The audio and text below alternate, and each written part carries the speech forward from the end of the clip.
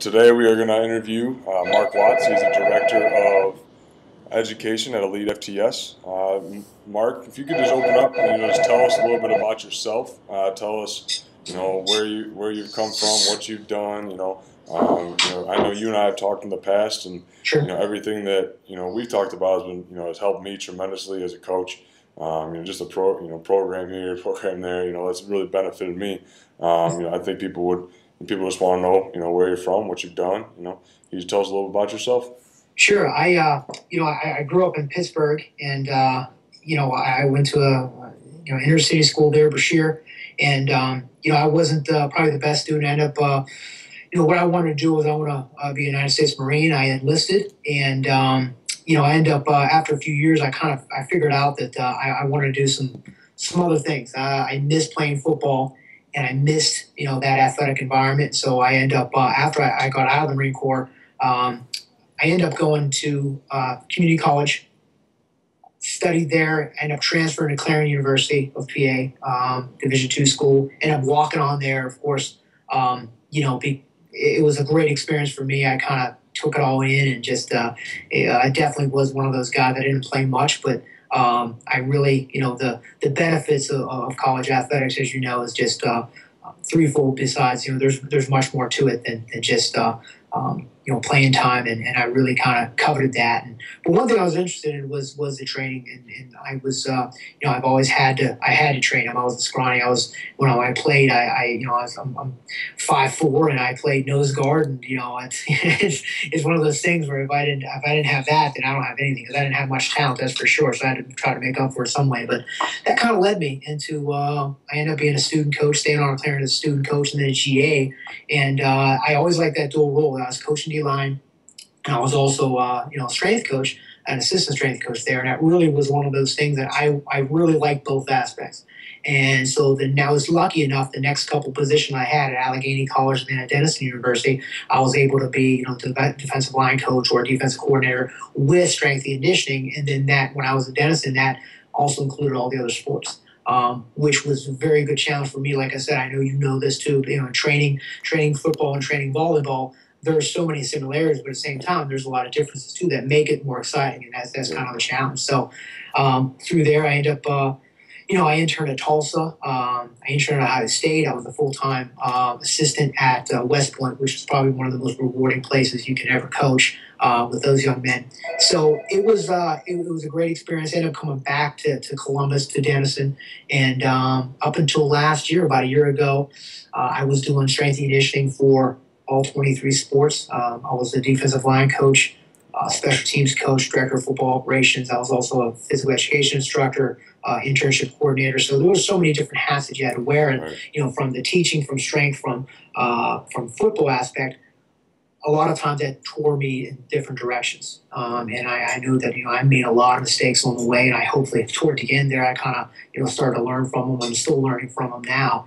and so it was last year. I've known Dave for a long time, and believed in everything he stood for as a company. And I sent him a letter and just said, listen, I'm not sure if you need this position. I'm not sure if I'm the best person for this job, or if it even warrants the salary. But here's my idea. We talked through it a while, and then I've got last June, I got hired as director of education, and that position, again, we're a small company. Based on the values that Dave has always preached about, and it's that job is evolving like it should.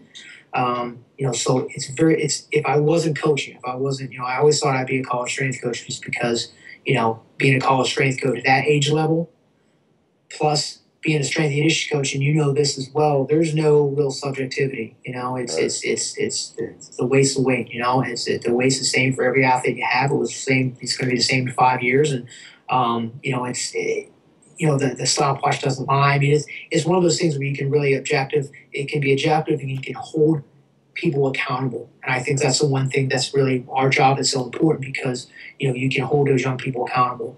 And I never thought I'd do anything else, but like I said, this has been a dream job for me, and I'm just lucky every day that I'm able to do it and at least try to pass along that mission, try to pass along that education, and provide the best resource we can for coaches and lifters alike. So it's been a great trip, and I'm really, really happy that where I am now. So, and again, I'll always be a coach at heart. You know what I mean? I'll always be, and that's the one thing. And the good thing, to sum it up, is a lot of times what you're doing here with Athletic SC and everything that, a lot of times coaches don't have that time to do that. They don't have time to really, you think about your day from start to finish and how many hours you put in. A lot of times some coaches don't have that and have that time. And to be able to be a catalyst to get that information out and really try to bring coaches together, I think it's a pretty cool idea, a pretty cool job, description for me. So. Yeah, that's awesome. I mean, you wear a lot of hats no matter what position you're in. Oh yeah, so that's for sure. Yeah, wow. Well, today we're going to talk about ACL prevention, just for overall athletics, and making sure that you're preventing the the ACL injuries to athletes at any level. It doesn't matter. Mm-hmm. It doesn't matter where it's at. So my first question to you is, how do you implement ACL prehabilitative work in your athletic programming? I think it's everybody always talks about the prehab and can you really prevent injury before they happen? And I think obviously the answer is I don't think there's any definitive strategy that you can implement that'll guarantee that you won't have any injuries. But what you can do from a coaching perspective is drastically reduce, the chance and the likelihood of a non-contact ACL injury, and I think that's really where your strategy has to. There's I've had a lot of experience with this, and they made a lot of mistakes that I've had to learn from, and I think we're in a situation now where it is a big deal. I mean, it is a big a big training aspect, and it really is. The ACL injuries have been. They can be detrimental. I mean, there's nothing worse. I mean, even those three letters put together, it sends fear down, down the backs of coaches and athletes alike, and everyone to deal with that. But with the prehab, and I think that I think there's two phases of that. The one thing is you can implement a lot of these prehabilitative strategies, these injury prevention strategies that people talk about. You hear Charlie Weingroff talking about, training is rehab and rehab is training. It's all very similar. I mean, if you get your athletes to squat, parallel, is that prehab? Of course. I mean, you're doing what you need to do to, implement some glute ham raises. That's prehab. Everything you do in training is going to have that effect of reducing a chance of injury. So I think it's all kind of interconnected. But especially for young athletes, I think there's a couple things we could do. And the three things I think, one is taking care of muscular imbalances. And I think that's something that, obviously for most, and this is an overgeneralization, but really, the athletes, everything they see in the mirror, probably strong, and everything they can is probably needs work on. And you have those there's a ton of different indicators that happen to say that. But just so it's making sure that, again, even if it's some good activation activities, those are type of things that you can implement in your warm up. Doing some band walks, especially with that glute medius, that abduction. Would be something that would be important, and any kind of glute activation stuff, the bridges, the any kind of lunge sequences, multi-directional lunge sequences. I think is important. The second thing is really that neuromuscular efficiency, and I think that's a fancy way to try to incorporate some kind of landing mechanics. And I think it's one of those things where they did a study at the book Warrior Girls by Michael Sokolov. I'll probably reference that a little bit, but I talked about a study that did at the Naval Academy, which really had the correlation between landing mechanics and the potential for ACL injuries. And what they found with, again, I guess for lack of better words, the better posture that someone landed with, the less likelihood they were to have that ACL injury. So, that's another thing too, is making sure that, again, it could be something of just incorporating some kind of single leg hurdle hops or just any kind of skater jumps and whatnot. We did that a lot. We made that transition even before sport practices, football practice, warm up. It just, how can we really, simulate the speed of that sports skill with a warm up where everyone has a mentality that's kind of pre-practice. So just incorporating some kind of plyometrics with this kind of pogo jumps or power skips or any kind of skater jumps, just incorporating some kind of neuromuscular efficiency. And I think again, when it comes to imbalances, I think that's the other thing is working on just full range of motion type things and making sure that, again, we talk about imbalances, but the third thing is really to make sure that everything they do, it comes from a coaching. So there's two kind of areas you can address, but the third phase is really how you coach those athletes and everything they do. So whether it's ensuring their squat is parallel, whether it's really coaching how they land and how they jump, I think those are the type of things that the three things that you really want to kind of incorporate. So some kind of plyometric, some kind of abduction, and some kind of neurological kind of efficiency drill where they have to land in a certain biomechanical position and coaching that over and over again. So, all right. I mean, do you implement preventative work differently for male and female athletes? Yeah, Zach, that's a good question. I think the research, depending on what you look at, I mean, females are more likely. Whether it's 4 times or 8 times or whatever, they're more likely to tear an ACL. And of course, there's those external factors that you look at. And I think that's the one thing that when you look at it, there's things like the Q angle, there's things, I think even hormonal, the notch width, all those different things that can really lead to females being more susceptible. I think those are things that you as a coach don't have as much control over. So for me, I think those internal factors, and again, I think I don't know if there's a difference between the male and female. I think you still look at, okay, here's my injury history. I've already been susceptible with I already had an ACL injury. I am, like I said, some people have talked about, being more susceptible, on the other leg, on the leg that's the non-surgical leg. And like I said, anecdotally, just looking at that, it's one of those things where there is some kind of compensation on one leg, so that can actually happen on the other, post rehab. But that's something that you have to just really, in addition to just looking at history, be able to look at them move. And again, if I'm looking at a male athlete or female athlete move, there's certain things that would probably indicate that they're more likely. And again, we talk about Holly Silvers that talked about, just being the stiff leg and how they land, how they change direction. And again, watching them, you look at some of those functional movement screen type or derivative of those screens, and I think a lot of times you can see when an athlete moves, whether they're again, internal rotation and knee valgus and all those different things that happen. If it happens with a male and it happens with a female, I think it's one of those things.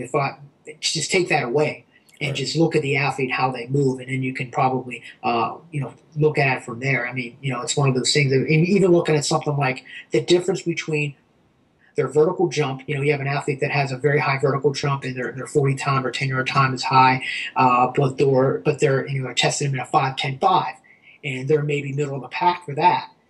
Is that an indication that athlete is maybe not as strong as they can be, as they can possibly be? They're more explosive than strong. Right. It can then indicate that can happen. I don't know for sure, but I think it's more looking at the athlete. So for me, I think, as far as prehabilitative, we're going to go ahead and just put in the same kind of, prehab type exercises. And again, one of those things, the abduction, the glute activation stuff, for lack of better words, is something that we do for male or female. So initially, no, I think it's more conscious on your mind as a coach when we're dealing with female athletes. When I first got to Army, we ended up having, we had 5. When that first spring I got there, I think, my goodness, I'm just going to have, I'm getting fired here, you know what I mean? And what happened was, a lot of those things that we're implementing to maybe try to take care of that imbalance, I think as a coach, when it comes to programming, addressing those weak points we're getting more work, but also again, if I'm really heavy on the hamstring glute work, again, a lot of times that posterior chain work sometimes, and I can incorporate that with say spring ball. A lot of that can now I'm more in a fatigue state. So again, we have to make sure that again, taking care of imbalances isn't going to happen overnight. So a lot of times that volume of programming can actually do more harm than good. And I learned that. I'm not saying it was all my fault, but that's one thing that the next year, of course, we had none. So it's one of those things you always have to think about. To address the problem, or are you really, really trying to pile on a little bit too much volume to address the problem? So, okay. Are there certain single leg movements that you think benefit more than others?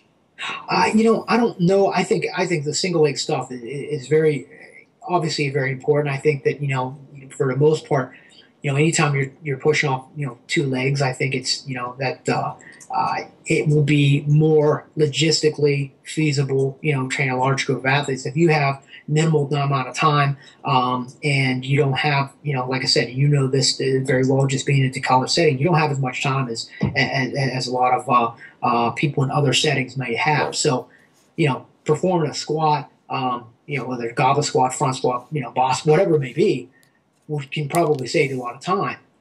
But I think if you can, I think just having those, maybe not the all sets and reps, but really having the number of exercise being at least 1-to-1 between double leg and single leg, I think is pretty important. My favorite single leg exercises, I do like a split squat with the back leg elevated. Now I know that Cal Dietz, he's talked at our state clinic, and he was not a big fan of elevating that back leg because of some a little bit of impingement with the low back, especially with the range of motion. But I do like it with some kind of suspension system where you can actually push that back leg back. So again, I have my back leg elevated, but it's elevated on some kind of strap so that when I do squat down, my back leg pushes back, and that just kind of allows, that could be actually a little more impingement in the low back. But I think especially if you're not really loading that exercise, I think that'll put a little more pressure because, again, you still want to be able to push through that heel and activate. When you're pushing through the heel on a single leg exercises, you're more likely to activate that glute and hamstring. Now, with the other one I do like just a side step up, and I think with the side step up, making sure that heel and that toe are even.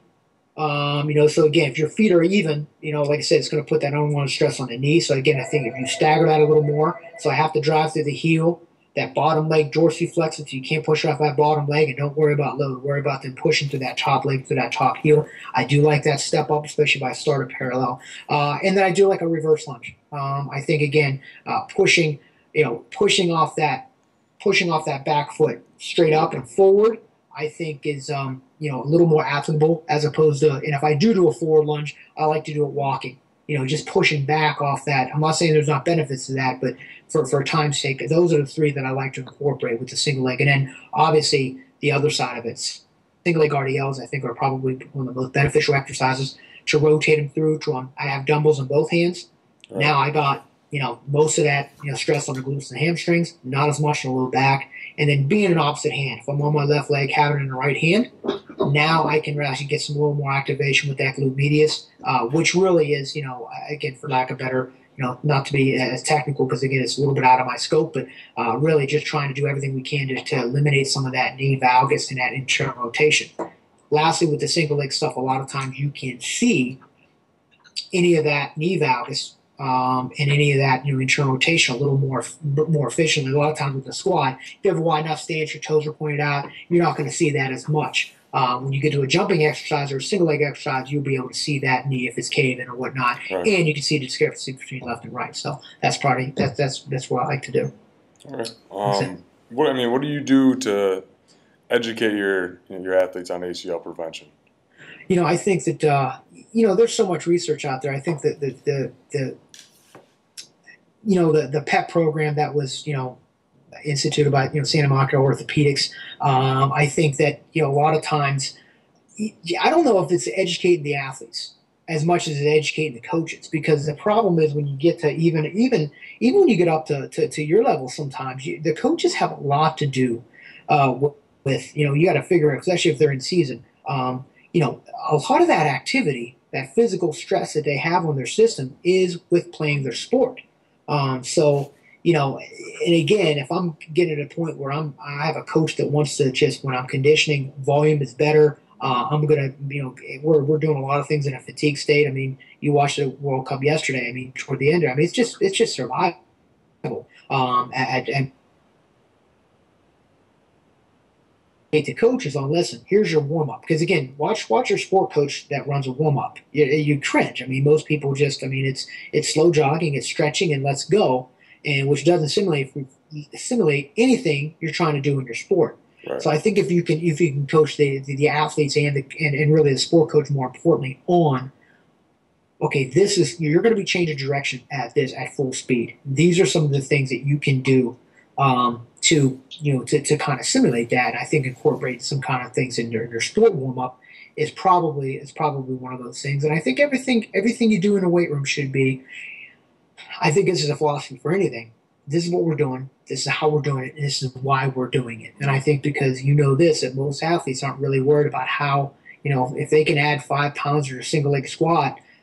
If they're Bulgarian split squat, they're thinking, okay, now I got to do heavier weight. They're not, what I mean? It's not like they're as motivated, perhaps. They want to be better at their sport, and I think sometimes if you can convince them with what they're doing is going to have a direct correlation to how their success on the field. I think that's probably a more important lesson than anything else. Make sense? Yeah, absolutely. So when you sit down and you're sitting in your office and you're like, what the hell am I, what do I want to do for the program for the next 4 weeks? Is there a point where you think, okay, well, I want to do this because I've had 3 ACL injuries, I've got 12 people on the team, what am I going to do for this next program period to help solve that problem? Because Sure. I may obviously may have an issue with my with the way that I'm doing things that are causing the issues that I have. Right. So what's your thought process there? What do you sit down, you develop a program, what are the sequence of events there, in thoughts of ACL prevention? Sure.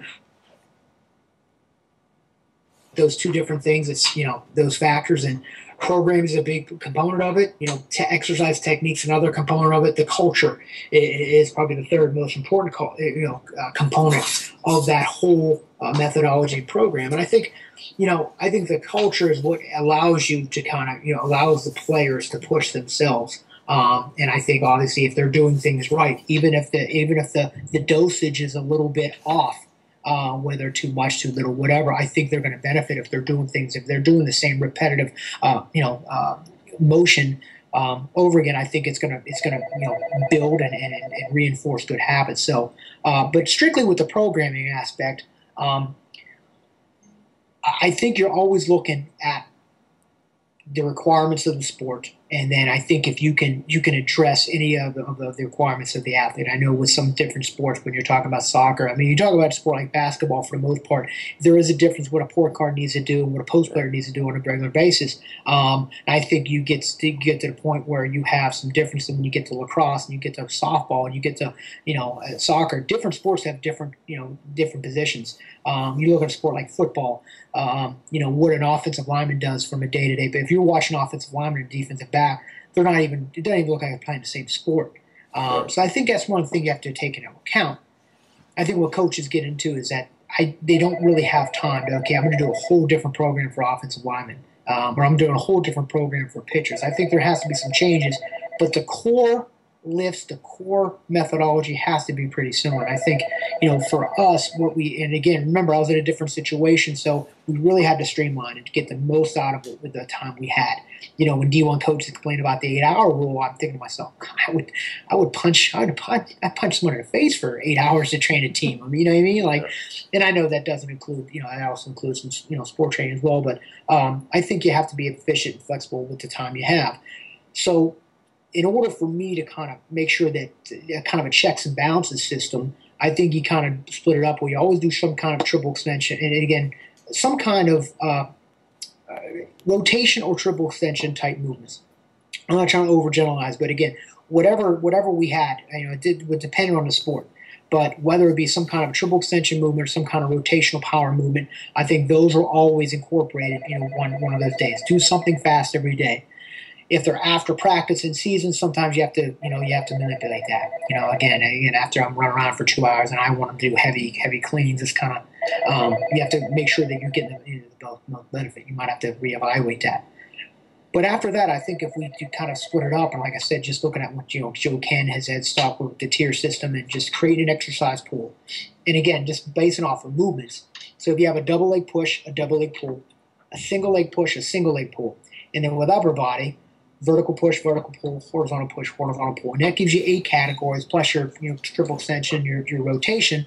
All of a sudden now you're having 10 categories. That again with it, 5 exercises on each day on a 2-day program. That's kind of how because again in our situation we had a lot of 2-day training programs, and it didn't mean that there were. I don't know if that's what we had. That's the resources I had, and that's what I was able to do with them. So we made the best out of those. But I think if you have some kind of checks and balances, where again I will make sure that again I am even in with the exercises. Those are categories. Now, what you did off those exercises. So for a squat, for some sports, it might just be a goblet squat with a dumbbell. It might be, a SS yoke bar squat, which with chains. For some sports, it just depends. What we did, we figured out probably 3 exercises, because the other thing that you have to understand is that with all the sports skill that they have to develop, they didn't have there's not a lot of learning curve with the exercise they have. Right. You don't have, if you go through, like I said, I was a power lifter on a conjugate system, and like I said, I had 8 different variations of squat I did to prepare for a meet, and it's just might not have that, and the more variations you have, the less mastery they'll have at each of those. So I'm not saying that I'm also not a big guy and saying, okay, we're gonna back squat, we're gonna just regular squat every day. I think you can benefit from, hey, I'm gonna do cleans from blocks, because I think technique-wise it'll benefit. Plus, it serves as kind of a deload type week. So we'd assign, if we had a load week, a base week, a load week, and a deload week. And deload's kind of an overused word now, but our deload week wouldn't be, what it is, Zach. You can't tell an athlete, hey, I want you to just take it easy this week. Right, because then they will. every day you're fighting your ass off to try to get athletes to produce force and to really put forth effort and intensity. And so for a deload week, especially for most college age, especially high school age athletes, I think for a deload week, it would be, we're going to box squat instead of free squat this week. That would be a deload for us. Okay, we're going to board press instead of regular. And again, for whatever it's worth. But I think if all of a sudden now I have 10 categories, and I have maybe 2 to 3 exercises per category, now I can put it together, and I would try to again increase probably a 3-to-2. 4-to-3 ratio between pulls and pushes. That was for upper and lower body. And I think that was one of those things, that those imbalances that you had. So again, I'm looking at my program, making sure that I'm addressing some issues, some injury issues, especially with the ACL. I think again, making sure that the athletes are squatting below parallel. I think that's huge. People will argue with me, but for me, I think that's again to not squat to a position where they can actually benefit the glutes and hamstrings. I think you're making a strong muscle. Look at a soccer player. You're making the quads stronger. A volleyball, any kind of jumping athlete, a volleyball player. You're making a strong muscle stronger, and you're not addressing the weak points. And I think so. Again, squatting parallel and in making sure that you're incorporating some posterior chain work that's applicable. I mean, I think that's really one of those things that you have to do.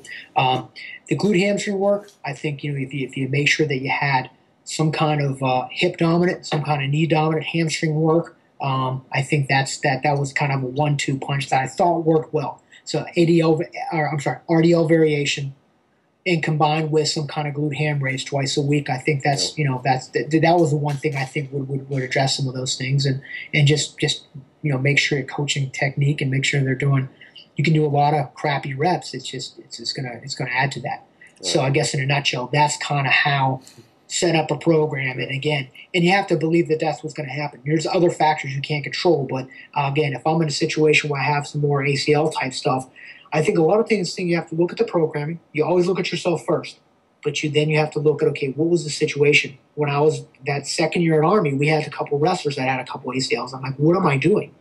And of course, you find out how an ACL happens. Well, if it's someone just grabbing your leg and torquing on it, I mean, it's, like I said, I don't care what you do. Yeah, I don't care how many, I don't care how many, glute bridges you do. You're not going to be able to prevent everything. So I think it's being realistic. And like I said, sometimes, to finish it up, sometimes you're going to have to fight against, you're going to have to swim upstream with what the sport coach's requirements are for their technical, tactical skills.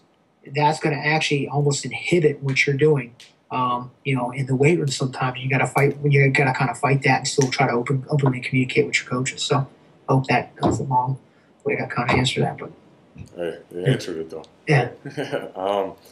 The last question I got for you, and I think that as strength coaches, we're always looking for, that extra piece of advice, that extra answer. What advice do you give to, all the strength coaches out there, the young, the veteran, the ones that have been doing it for a little while? I mean, what's a piece of advice that you can give them to help them, benefit, be more efficient, be more educated, just be a better coach?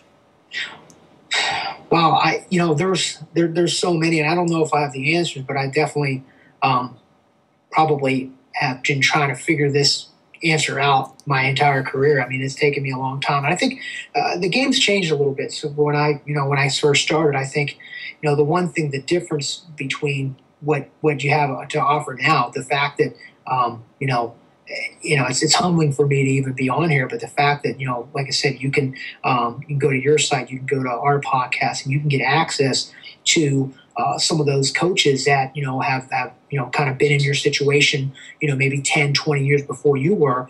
The fact that you have so many different resources to learn some of those things is something we never had. I mean, I remember, sleeping in Chris Dole's basement at the University of Iowa, for a day or two so I can watch him train. I remember, doing, the thing is, like I said, I think there's this a rare breed for guys like you that's going to pay the dues and pass it on.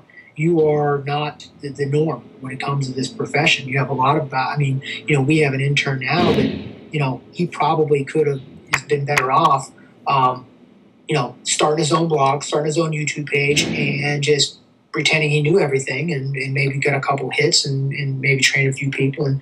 But instead, saves up money to do an internship and, actually kind of learn from guys like John Meadows and Dave Tate. So I think it's, that's a rare thing. It's hard to tell someone like, listen, in order to be a strength coach, you're going to have to save some money and actually volunteer and work. And, I always ask questions like, you want to be a strength coach? Like, okay, do you like money? Yes or no? Do you like sleep? Yes or no? And then that gets you on the right path to where you want to, if you really want to cut out for it. And I think that so many times you see people that want an internship and they say, well, I can't really afford to take an unpaid internship.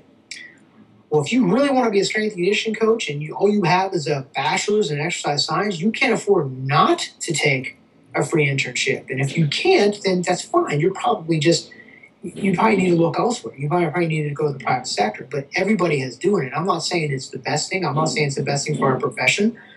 There's some issues with our profession that people can be paid what they're paid, and still, if you end up leaving, there'll be 100 people, apply for your crappy underpaid job. That you work too much hours and you left tomorrow, there would be 100 people that want your job because that's what the profession, entails. And I think it's one of those things that will weasel a lot of people out.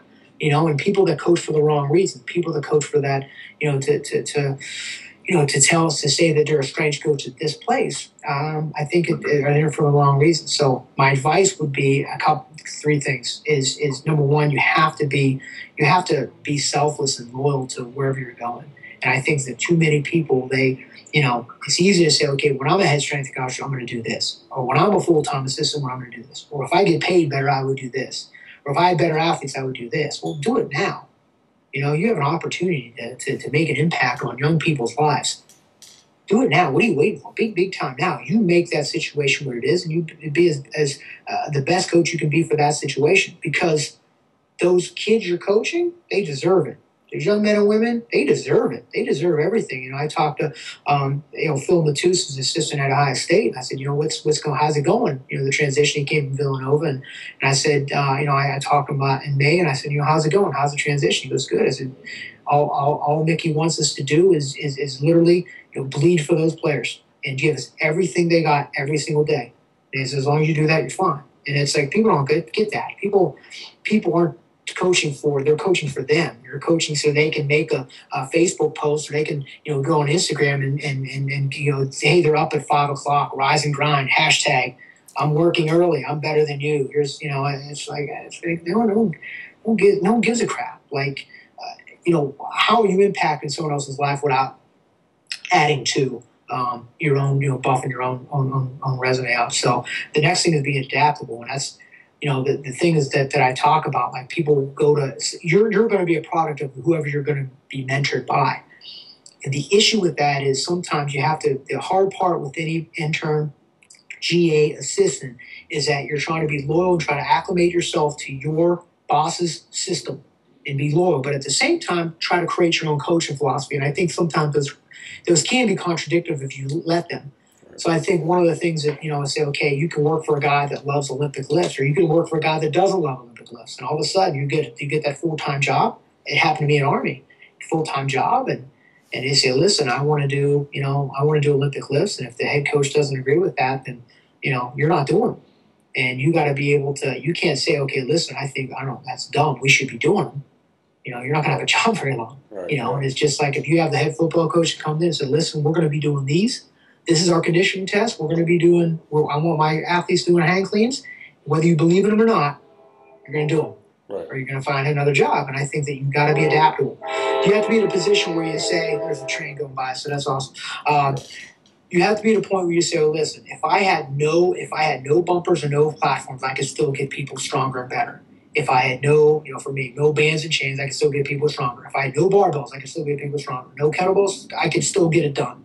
I have no field to do speed training, and everything I do is in the weight room, I can still get it done. And I think if you say that, if you're a product of your environment, it's going to be a tough battle. But if you're just if you're married to one philosophy and you can't adapt, I think that's really an issue. And I think that's one of those things. And the last thing, being humble. It's just like, I had a great opportunity to interview Alan Cosgrove, and one thing he says is that, we do this to ourselves. I mean, there's no other profession, he says, that, you post something of you training, or you have your athletes training. I mean, how many negative comments are you going to have? You don't have any other profession doing that. You don't have a football coach putting up a comment on someone else's YouTube page about their offensive system they're training in, they're playing. Like, why are these guys running this defense? Right. Negative comment, troll. You don't have that. But all of a sudden, for sports performance coaches, it's like you have one kid that's testing out and his feet get water on a cleaner. You got one kid that maybe an inch higher on a squat. All of a sudden, you're a terrible coach because some idiot that's living with his mom and playing with his cats and on the internet can say that. And it's, come on, man. It's like, and I think that we do it to ourselves. And I think if we're adding to it, and like I said, you have to be able to say, okay, listen, worry about what you're doing. How many times say, well, if I had that job, we'd be, we'd be a much better team. Well, it's hard to really say that. I mean, it's hard to really, so being humble. I tell you what, Zach, when I first started coaching, man, I knew everything. You couldn't tell me anything. I knew everything. You know why? Because once a month I read Louis Simmons' column on Powerlifting USA. So I knew I was the best strength coach ever because I just read an article. I never coached anybody, but I was still better than anybody else. And all of a sudden, I started to learn, like, that's not what it's about. Your players don't give a crap who, they don't know who's Askiorski versus Kashansky, or they just want to get better. They want to know what you care about them. And if they know you care about them, they'll do anything. They'll run through a wall for you. Yeah. And people miss that. People want to impress people. Listen, working with an athlete is not like a Facebook status. You got to be real. And you have to, it's not about what, how many likes you get. It's about how much impact you have with those athletes. So I'm sorry I was a little long-winded, but that's just kind of, I wish I would have learned that a lot sooner. And I just all of a sudden now I'm, toward the end, which I didn't know was going to be the end of my career, I started to figure things out, and that's what I can do. So, hopefully, don't be it's a Bruce Lee method. What's valuable, take in. What's not, get out and form your own, opinion and have respect for what everybody else is doing.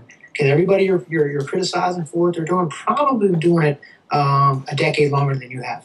And I think that's one of those things. So, and that's why I think what you're doing is excellent, because it's one of those things that bringing coaches together, but people understand that we're kind of all in this together.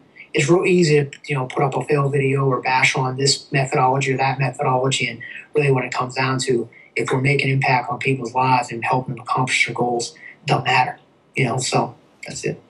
I'll tell you what, Coach. I mean, I read your, I don't know if it was a Q&A or if I don't know what it was. Maybe it was just a your log entry. Mm-hmm. It was about being a better coach. I don't know. It was about like a month ago. Mm-hmm. And when you said in that entry, you were like, stop bashing HIIT, stop bashing CrossFit, stop bashing powerlifting, stop bashing, Olympic lifting. I was like, who cares? People do what they do, and Yeah. and it's not like they're not benefiting people because they do those things a certain way. So, to me, when you said, when you wrote that, I mean, that kind of was just like, no, he's 100% right. Because we always find ourselves falling into that category of like, oh man, screw that, forget that. It's something that it's a protective instinct that people have to see the worst in people. It's one of those things that we as human beings just, we always expect the worst and we always assume the worst because it's kind of a defense mechanism for us. When you walk down a dark alley and you see a group of, young thugs, you're probably assuming the worst, and they might be, doing some community service, but that's your human nature. And I think it's the same thing with, with this, like, what does it matter? Like, if someone's doing a different, the people don't understand, like, people that are younger in this industry, they don't remember the whole high intensity training versus Olympic lifting, and then all of a sudden, you have the West Side system, whatever they're kind of involved in it. They don't understand how volatile that argument is, and all of a sudden it goes away because I think people realize is there's not much different. I was in a benefit that I was, conjugate system and through. I believed in the Olympic lift, but I worked at a place where high intensity training and Arthur Jones did all his research. And all of a sudden, when I started to say, okay, why? Why are you doing this? I want to do this. Well, okay, why do you want to do Olympic lifts? How, if you can explain why, then you're good. I think too many people say, okay, this is the best way because, well, that's why I know. The best thing that ever happened for me as a coach was when I didn't get hired at my alma mater because I only knew one way. So the worst thing I could have done was got hired full-time at Clarion because, again, I would have never got better as a coach because that next year was when I really learned a lot, when I was out of my comfort zone. Like I said, what do I care if someone likes doing, if someone wants to do, they want to power lift, they want to use gear or wrong. What's the difference? How does it affect me? How does it affect me if someone wants to do CrossFit? That's fine. Do it. That's what you. That's for you. And I think all of a sudden now, when you openly communicate, like you might have athletes that go home in the summer, they might join a CrossFit gym, they come back. That communication has to happen. Okay, talk to me about your program. You talk to the coach. The best thing when I talk to Carlo Alvarez with the Pirates is that they have an open communication with their, with the trainers that train those professional athletes, on the side. Just say, okay, here's basically what we're looking for. Here's what they're going to be tested on when they come back. If that's the case, usually professional coach, we're going to test them on this, and this. This is important with us. This is our general plan. Can you make some adaptations? Because all of a sudden they go to a gym. And all of a sudden, if they're a football player and they incorporate some more, sport-specific kind of speed and conditioning and agility work, and they do some prehab with the neck and whatnot. I mean, training's training, man. When it really comes down to it, we're just picking up weights and putting them down and picking them up and and the intentional with the goal you're trying to reach. That's it. I mean, that's the difference. The difference is not. It's all people trying to accomplish their goals. And again, I don't know. It really comes down to people are going to try to do their best to accomplish their goals, and it doesn't matter. I mean, like I said, what is it if my rival, my competition is doing something I don't agree with? What do I care? I don't care. And if they are doing something, if they are doing the same methodology, if I have another, my rival that's doing, another gym in my area that's doing the same thing I'm doing, and they're doing it not as good as me, again, what do I care? Right. What am I criticizing because they're not doing the same as me? That's fine. It all goes out in the wash. But people gravitate to what they know. And if all they know is one system, they'll stick with that system, and they'll fight. And like I said, Charlie Weingroff had said, I love this quote. It's, people are emotionally invested in their methodology. When someone says, "Listen, bands and chains are stupid to use for athletes," I will just or not squat in parallel is squat in parallel is not necessary. I will state that I disagree, and this is what I believe. But you're not going to change people's opinion, and it doesn't matter. And for a strength and conditioning coach, where that comes into play is that you're going to have sport coaches sometimes, and that relationship with the sport coaches and the athlete. You have an athlete that goes to the training center in the summer, and that's different from what you're doing. And you have a sport coach that I've never done it that way. This is the way I've always done it. That is the communication that you have to have. And I think when you openly communicate with that, understand, and you believe in what you believe in, and you know why you're doing it, that takes care of it. And I think that's the thing. I mean, we spend so much time worrying about things that maybe we can't control, that it takes away from us doing what we've been meant to do, and that's getting people better at what they want to do. And you're not going to change people's mind about what they want to get better at. That's you can't change human behavior that way. So. Well, Mark, I appreciate your time, man. I thank you very much for coming on the Superset series and sharing your knowledge. And because I know there's a lot of people out there that are going to benefit. I benefited from it. So. Well, I appreciate that. I really do. And like I said, I think you're doing a great thing here, and I think it's a tremendous resource. And I think the more, our day and age, the more technology that we can implement to help get people involved and give people just another kind of way of looking at things. Every time you hear someone speak, they either validate what you're doing or they give you a new way to look at it. And right or wrong, hopefully, like I said, people look at it differently. And like I said, keep up the great work you're doing, Zach. You're doing a great job. Well, thank you. I appreciate it.